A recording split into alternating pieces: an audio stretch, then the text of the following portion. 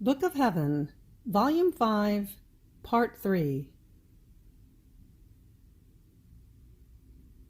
October 16th, 1903. The divine will is light, and the one who does it nourishes himself with light. As I was in my usual state, I was feeling all full of sins and of bitterness. Then he made himself seen like a flash in my interior, and I saw my adorable Jesus for just a little. However, in his presence, the sins disappeared. Concerned, I said, "My Lord, how is it that while in your presence I should know my sins better, it happens the opposite?" And he, "My daughter, my presence is sea with no boundaries, and the one who is in my presence is like a little drop. Whether it is black or white, it dissolves in my sea. So how can it be recognized any more? Moreover, my divine touch purges everything, and the black ones it turns into white. How can you fear then? Furthermore, my will is light, and by always doing my will, you nourish yourself with light, and your mortifications, privations, and sufferings convert into nourishment of light for the soul. In fact, the only food that is nourishing and gives true life is my will. And don't you know that this continuous nourishing herself with light, even if the soul should contract some defects, purges her continuously?" Having said this, he disappeared. October 18th, 1903. Sin is an act of the human will, opposite to the divine. True love is to live in the will of the beloved.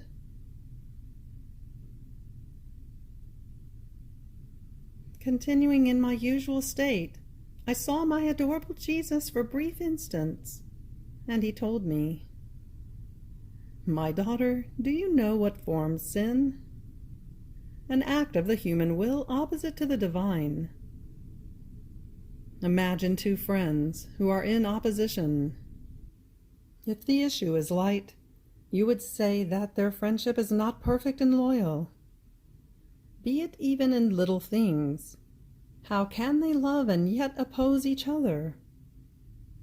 True love is to live in the will of the other, even at the cost of sacrifice. If then the issue is grave, not only are they not friends, but they are fierce enemies. Such is sin.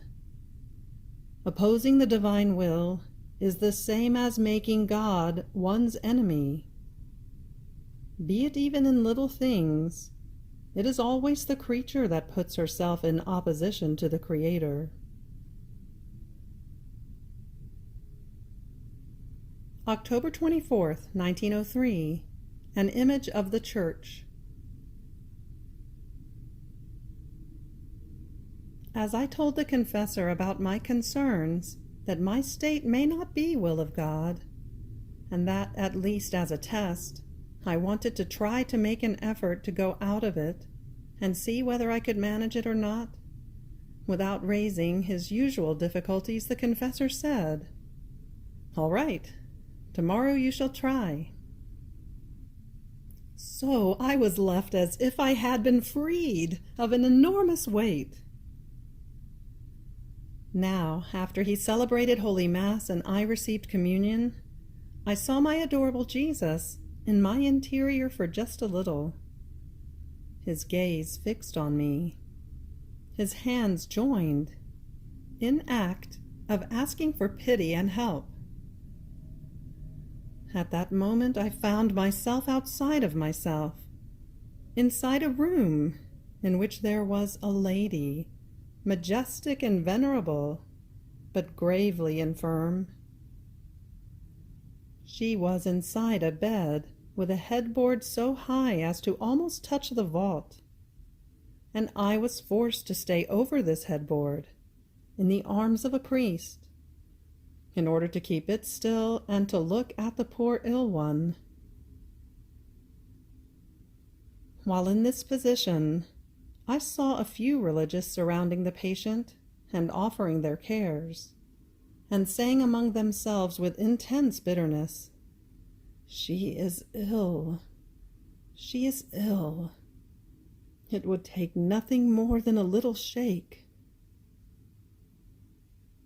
And I was taking care of keeping the headboard of the bed still, for fear that if the bed moved, she might die. But seeing that things were dragging on, and almost getting annoyed by that idleness, I said to the one who was holding me, "For pity's sake, let me get down. I am doing nothing good, nor am I helping anyone. Why stay here, so useless? If I get down, at least I can serve her, help her." And he, "Did you not hear that even a little shake could make her get worse and cause most sad things to happen to her? If you get down, since there is no one to keep the bed still, she may even die." And I, "But how can it be possible that by just doing this, such good can come to her? I don't believe it. For pity's sake, let me get down." So after I repeated these words several times, he put me down on the floor, and I by myself, with no one holding me, drew near the ill one.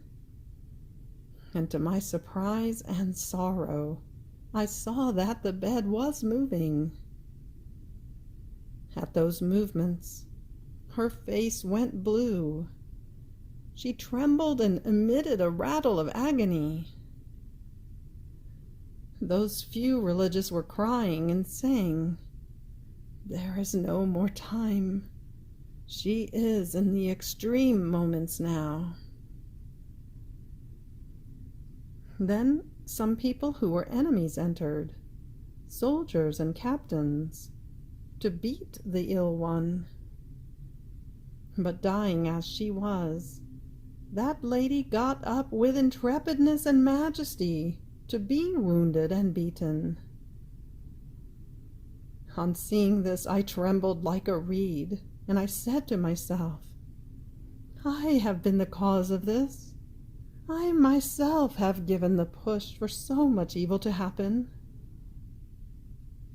And I understood that that lady represented the church, infirm in her members, with many other meanings that it seems useless to me to explain, because they can be comprehended by reading what I have written. Then I found myself inside myself, and Jesus told me in my interior, "If I suspend you forever, the enemy shall begin to make my church shed blood."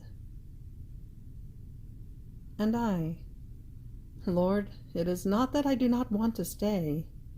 Heavens forbid that I move away from your will, even for the blinking of an eye. Only if you want me to, I shall stay. If you do not want me to, I shall get out." And he, "My daughter, as soon as the confessor released you by telling you, 'All right, tomorrow you shall try,' the bond of victim was also released, because only the freeze of obedience is what constitutes the victim, and I would never accept her as such without this freeze, even at the cost of making a miracle of my omnipotence, if necessary, to give light to the one who directs you, so that he would give this obedience. I suffered, and suffered voluntarily, but what constituted me as victim was the obedience to my dear Father, who wanted to adorn all of my works, from the greatest to the littlest, with the honorary frieze of obedience. Then, finding myself inside myself, I felt a fear to try to go out. But then I snapped out of it, saying, "The one who gave me this obedience should have thought about this. And besides, if the Lord wants me, I am ready." October 25th, 1903. The soul in grace enamors God.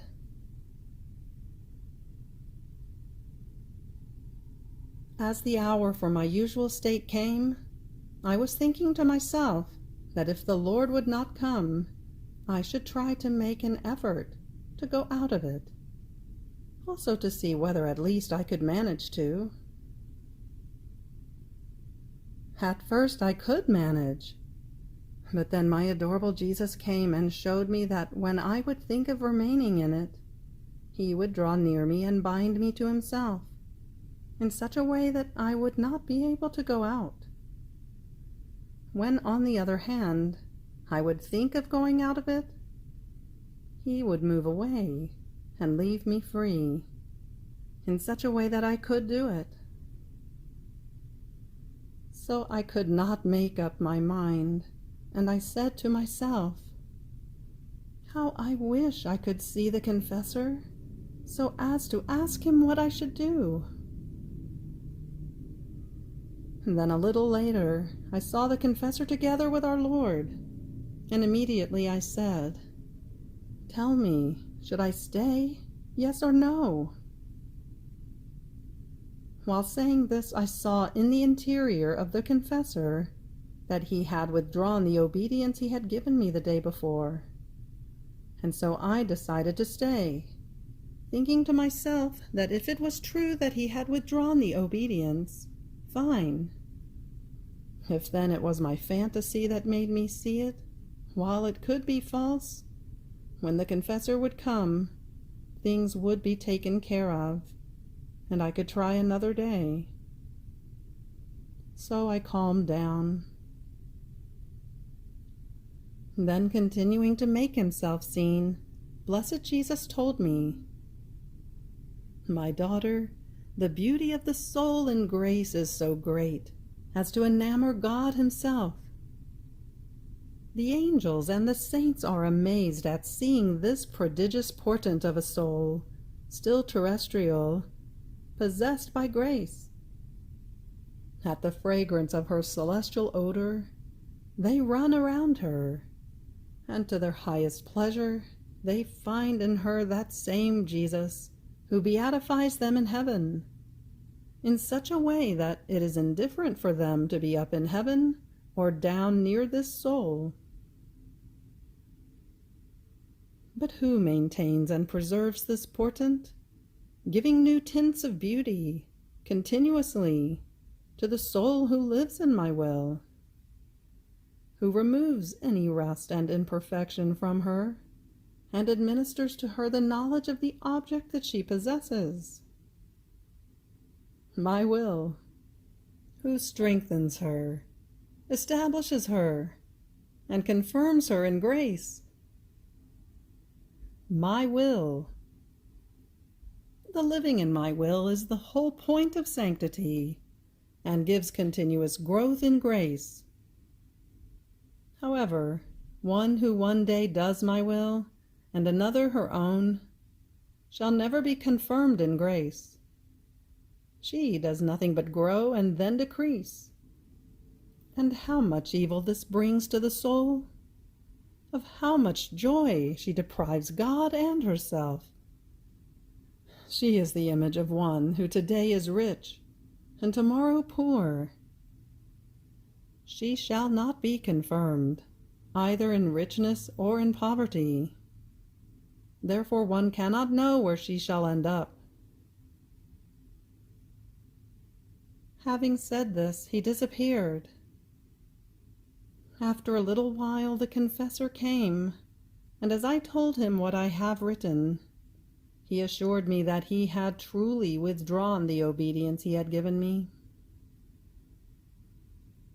To obey the confessor, I continue to tell the other meanings I comprehended on the 24th of this month. So the lady represented the church, who is infirm, not in herself, but in her members. But even though she is laid low and insulted by enemies, and rendered infirm in her very members, she never loses her majesty and venerability. As for the bed she was in, I understood that while the church seems oppressed, infirm, opposed, yet she rests with a perpetual and eternal rest, and with peace and safety, in the paternal bosom of God, like a child on the lap of her mother. I understood that the headboard of the bed that touched the vault was the divine protection that always assists the church, and that everything she contains has all come from heaven, sacraments, doctrine, and other things. Everything is celestial, holy, and pure, in such a way that between heaven and the church there is continuous communication, never interrupted.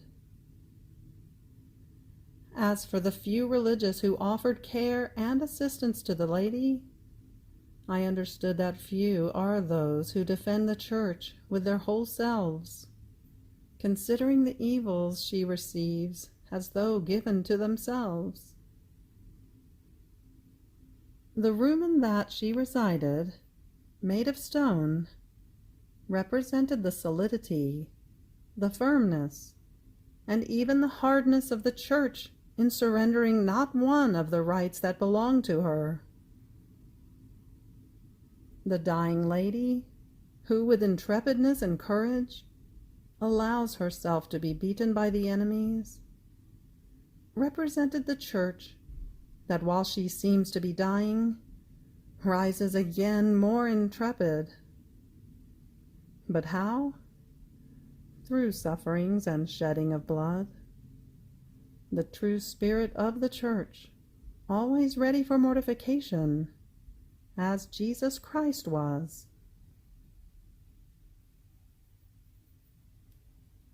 October 27th, 1903. The divine way of operating is only love for the Father and for men. As I was in my usual state, I saw my adorable Jesus for just a little, saying to me, "My daughter, to accept mortifications and sufferings as penance and as chastisement is praiseworthy. It is good, but it has no connection with the divine way of operating. In fact, I did much, I suffered much, but the way I had in all this was only love for the Father and for men.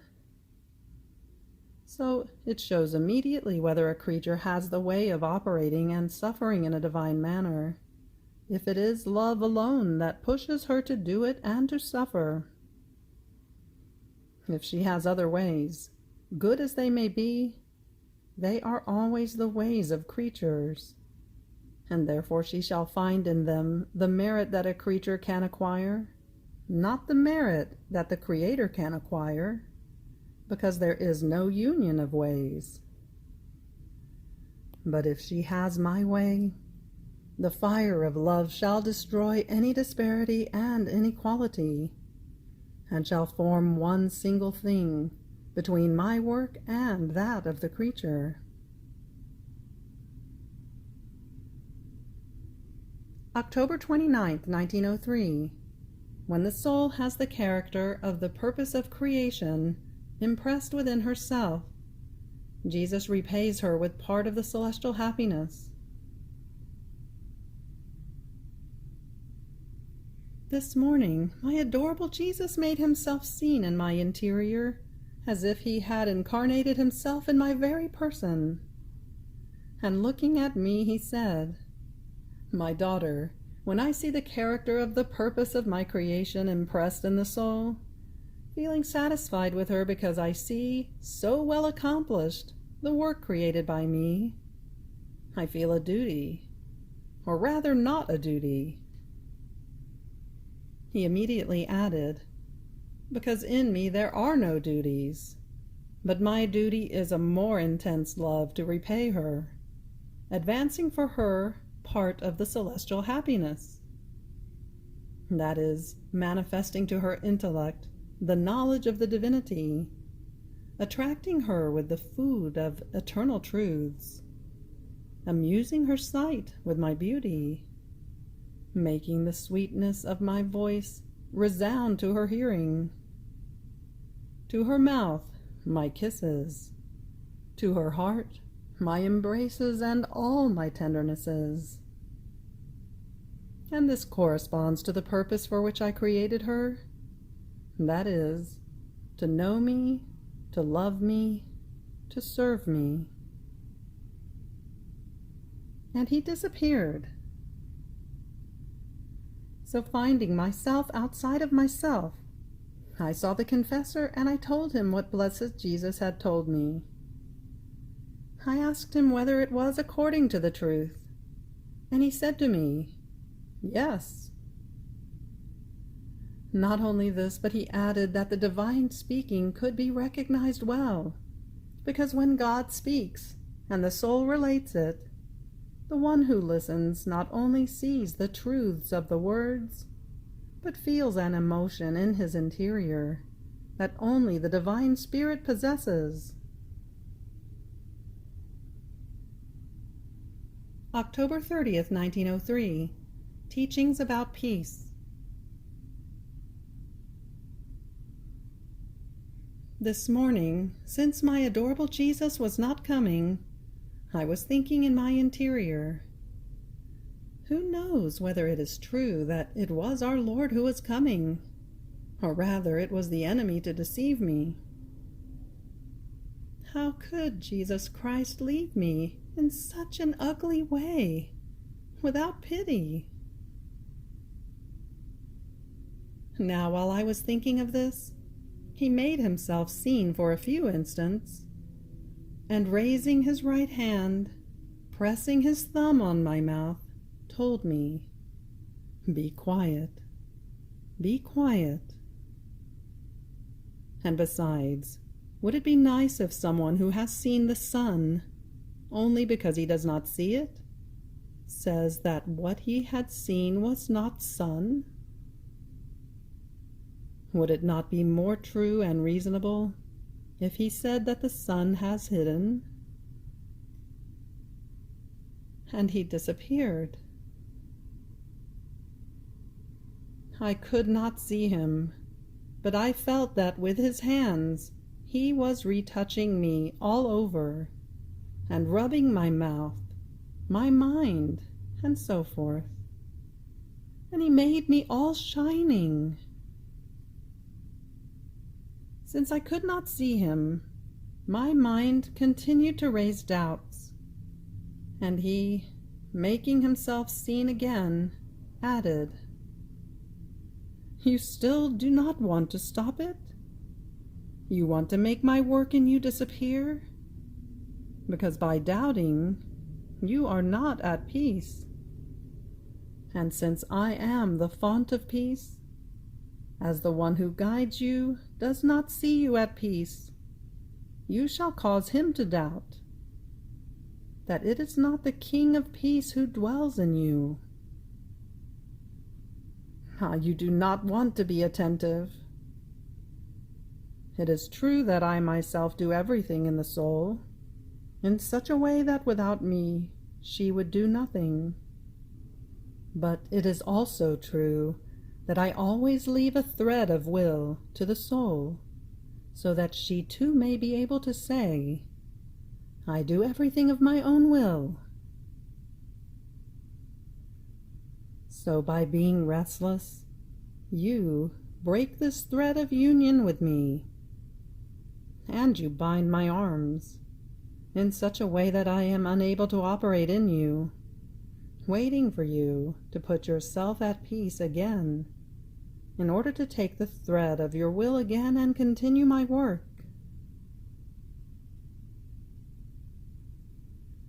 You have reached the end of Volume 5. Fiat.